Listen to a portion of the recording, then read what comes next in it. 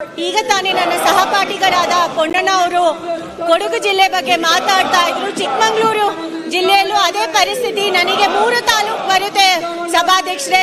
ಮೂಡಿಗೆರೆ ತಾಲೂಕು, ಕಳಸಾ ತಾಲೂಕು ಮತ್ತೆ ಚಿಕ್ಕಮಗಳೂರು ತಾಲೂಕು, 3 ತಾಲೂಕಲ್ಲಿ ಈ ತರ ಪ್ರವಾಹದ ಪರಿಸ್ಥಿತಿ ಆಗಿದೆ.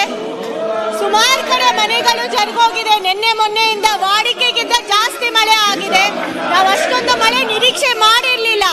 ನಮ್ಮಲ್ಲಿ ಏನು ಜನ ಇದ್ದಾರೆ 50% ಶೇಕಡ 50% ಎಲ್ಲ ಲೇಬರ್ ಕ್ಲಾಸ್ ಜನನೇ. ಅವರೆಲ್ಲರೂ ಈ ತರ ಮಣ್ಣಿನ ಮನೇಲೇ ಇರೋದು ಸಭಾಧ್ಯಕ್ಷರೇ.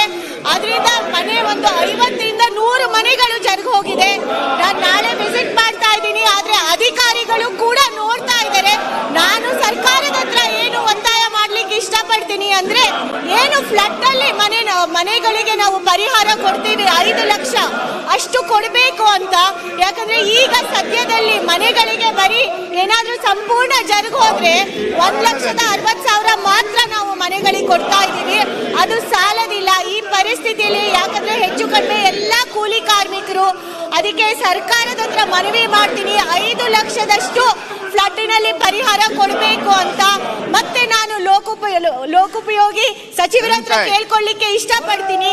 ಬ್ರಿಡ್ಜ್ಗಳೆಲ್ಲ ತುಂಬಾ ಮುಳುಗು ಹೋಗಿದೆ. ಯಾಕಂದ್ರೆ ಎಲ್ಲ ನದಿಗಳು ಏನು ಮಿತಿ ಮೀರಿ ಹರಿದು ಹೋಗ್ತಾ ಇದಾವೆ. ನನಗೆ ಸ್ಪೆಷಲಿ ಕಳಸಾ ಭಾಗದಲ್ಲಿ ಯಾಕೆ ಅಲ್ಲಿ 7 ಸರ್ಕಾರಕ್ಕೆ ಮಳೆ ಬಂದಾಗ ವಿರೋಧ ಪಕ್ಷದ ಚರ್ಚೆ ಮಾಡಿ.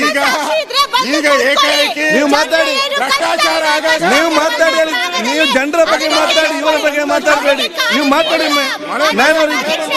ನೀವು ಜನರ ಬಗ್ಗೆ ಮಾತಾಡಿ, ಇವರ ಬಗ್ಗೆ ಮಾತಾಡ್ತೀರಿ. ಆಯ್ತು, ತಮ್ಮಯ್ಯ ಅವರೇ ಮಾತಾಡಿ. ಭ್ರಷ್ಟಾಚಾರನ ಮುಚ್ಚಾಕಕ್ಕೆ ಸಬ್ಜೆಕ್ಟ್ ಮಾತಾಡಿ. ಅಧ್ಯಕ್ಷರೇ, ಭ್ರಷ್ಟಾಚಾರ ಮುಚ್ಚಾಕಕ್ಕೆ ಪೀಠ ಸಹಕಾರ ಮಾಡಬಾರ್ದು.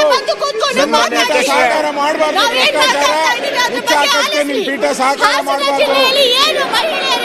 ಏಕಾಏಕಿ ಮಳೆ ಬಂದಿದೆ. ಇವತ್ತೇ ಮಳೆ ಪಕ್ಷಗಳೇ ಕಾರಣಕರ್ತರು. ತಿಂಗಳಿಂದ ಮಳೆ ಬರ್ತಾ ಇದೆ. ಒಬ್ಬ ಮಂತ್ರಿ, ಜಿಲ್ಲಾ ಮಂತ್ರಿ ಹೋಗಿ ರಿವ್ಯೂ ಮಾಡಿಲ್ಲ. ಸರ್ಕಾರದಿಂದ ಹಣ ಬಿಡುಗಡೆ ಮಾಡಿಲ್ಲ. ಅಲ್ಲ, ಇಲ್ಲಿ ಮನೆಗಳು ಏನಿಲ್ಲ. ಏಕಾಏಕಿ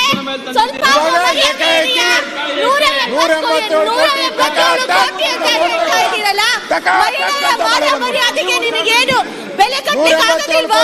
ಅರೆ 170 ಸಾವಿರಾರು ಮಹಿಳೆಯರಿಗೆ ಮರ್ಯಾದೆಗೆ ಆತ್ಮಸಾಕ್ಷಿ ಮತ್ತು ಕೂತ್ಕೊಂಡು ಚರ್ಚೆ ಮಾಡಿ. ಅವತ್ತಿಂದ ಏನ್ ಮಾತಾಡ್ತಾ ಇದ್ದೀರಾ? ನೀವೇ ಎಲ್ಲರೂ ಸೇರಿ ಸಾವಿರಾರು ಮಹಿಳೆಯರನ್ನ ಬೀದಿ ಪಾಲ್ ಮಾಡಿದ್ದೀರಾ. ಅವ್ರ ಮರ್ಯಾದೆನ ಹರಾಜು ಹಾಕಿದ್ದೀರಾ ನೀವೆಲ್ಲರೂ ಸೇರ್ಕೊಂಡು. ಇಲ್ಲಿ 187 ಕೋಟಿ ಅಂತ ನೀವು ಇಲ್ಲಿ ಆಯ್ತು, ಆಯ್ತಾ ತಮ್ಮಯ್ಯ ಗುರು? ಏನಿಲ್ಲ ಅಂದ್ರೆ ಮೂಡಿಗೆರೆಗೆ ಅನುದಾನ ಇಲ್ಲ ಅಂತ ಸನ್ಮಾನ್ಯ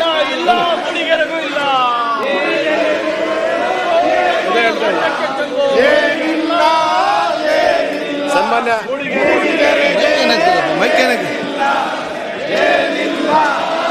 ಇದು ಯಾವ ನಾಟಕ ಕಂಪನಿ? ಏನಾಗಿದೆ ನಿಮ್ಗೆ ಇಲ್ಲಿ?